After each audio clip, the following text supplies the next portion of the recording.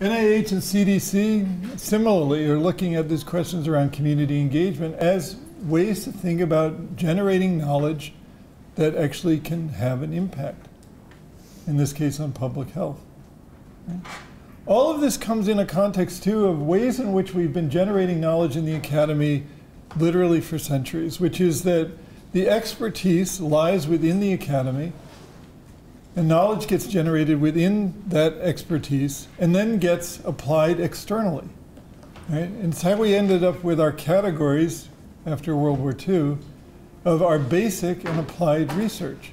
Basic research was this highly theoretical research done within the university that didn't have necessarily any particular application, and that's very valuable.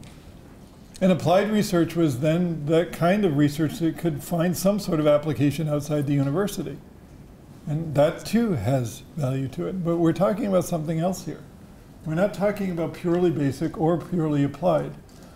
We're talking about something closer to what was written about in a book called Pasteur's Quadrant, which is it's not purely basic and it's not purely applied, but it's actually use-inspired basic research. It has a purpose to it. It's use-inspired. And what we're learning out of this work, out of NSF and NIH and lots of other places, is it comes out of collaboration. Knowledge generation comes out of collaboration between those outside the academy, where knowledge gets generated outside the academy, with the academy, where knowledge also gets generated. You see this playing out not only nationally but globally. And this is just one example. This is a conference coming up next month in Barcelona. Right? This is called the Global University Network for Innovation. Right? So what is this about? It's about engagement in ways that accept multiple sites and epistemologies of knowledge, as well as reciprocity and mutuality in learning and education through engagement. Right? How do we construct knowledge? Right? How do we do this in collaborative ways? Right? What does a collaborative epistemology look like? Right? So it's not about engagement, it's about the core work of the academy, which is generating and disseminating new knowledge.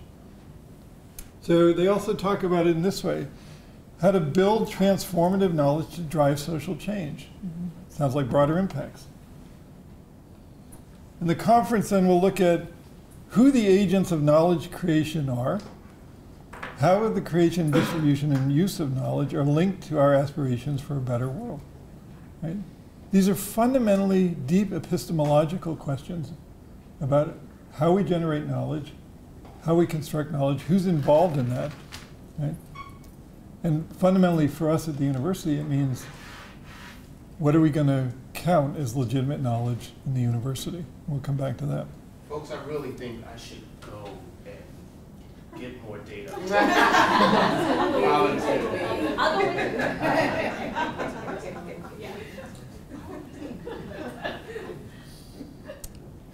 And then finally, in this work on the conference, you can see here how they frame this as one of the most significant trends in higher education in the past 10 to 15 years. And it's not so much that engagement is a trend, but the trend around how do we generate new knowledge. And how do we do that? We do it through engagement. So I use this often. This comes from a publication from the Association of Commonwealth Universities. Again, this is not just something happening nationally. This is a global movement. Right? And the statement here that the pursuit of knowledge demands engagement is a really powerful statement. In other words, it's not even a choice. If we want to generate new knowledge, we have to bring together knowledge inside the academy with knowledge that exists outside the academy, and the only way to do that is to engage. It demands engagement. The pursuit of knowledge demands engagement. It's not engagement for engagement's sake.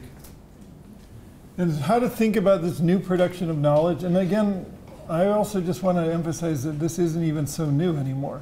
This comes from a publication Michael Gibbons did in the early 90s, where he's talking about different modes of knowledge generation. And so this we know very well, this traditional academic knowledge generation. That looks very familiar. We're used to that. Or in fact, our universities were designed around that work. But this is what he's talking about as new forms of knowledge generation, what he calls engaged knowledge generation. The pursuit of knowledge demands engagement. We need to do it differently. So he uses the language of applied here. I would actually use the language of engaged. Problem-centered, transdisciplinary, heterogeneous, hybrid, demand-driven, entrepreneurial, network-embedded. It's a different way to think about how knowledge gets generated. And it has implications for how we organize the university. Fundamental in that is this notion of transdisciplinarity. So I would argue that one of the things that's core to this idea about how do we generate knowledge differently is that we do it in transdisciplinary ways. And I say that very specifically because I'm not talking about here multidisciplinary ways or cross-disciplinary ways or interdisciplinary ways. Because in all of those ways of thinking about generating knowledge, the knowledge is all within the academy. Right? We can bring together knowledge in this discipline with knowledge in this discipline. We can do that in interdisciplinary or multidisciplinary, cross-disciplinary ways, but it doesn't reach outside the university. In a transdisciplinary way of thinking about knowledge generation, this knowledge is outside the university, this is within the university, and it brings together the two. The pursuit of knowledge demands engagement with those outside the academy. Okay? So it is fundamentally transdisciplinary. That was one of the things in Michael Gibbons' list. Right? And then an aspect of being transdisciplinary is also to say, if you do transdisciplinary work, then you see the knowledge which is outside the academy and the knowledge producers outside the academy as assets to the process of knowledge production. And so part of this is a shift to asset-based education. And that has implications for our students and for our community partners and for knowledge generation. Okay? Because do we see our students as having assets that they bring into the classroom or only as having deficits? Do we see our community partners as having assets that they bring to a collaboration or only communities as a set of problems?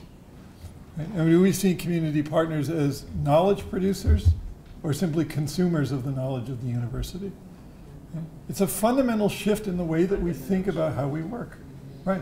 And it is fundamental. You cannot do community engagement work unless you shift to transdisciplinary asset-based work. It's fundamentally different. I have been in conversations with community partners in the room and academics in the room talking about partnerships, and they talk right past each other. Right? And they don't even recognize that they're talking past each other because one of them is talking in a language of assets, the community partners, because they're used to asset-based community development work. And the academics are talking out of a deficit framework. Right? And they don't even know that they're talking a different language. It's a fundamental shift. Okay? So back to the Carnegie classification then. So the Carnegie classification you can think of as simply an artifact of this shift. Right? This larger shift around knowledge generation and what that means for engagement and what that means then, coming back to what are the implications for our institutions. Because we can do traditional knowledge generation within our institutions as they exist. And that raises the question, can we do engaged knowledge generation in our institutions as they exist? And I would suggest to you the answer is no. We need to change our institutions. So the classification then is partly around recognizing those changes. And again, fundamental to the classification is this notion of collaboration and reciprocity, and that does mean moving beyond this sort of expert model of knowledge generated in the university being applied externally.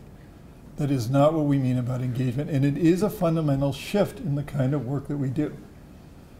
And I say that with real depth and sincerity because as a faculty member, and there are a number of faculty here in the room, we are trained academically and socialized in our disciplines to be the authority of knowledge, to be the expert.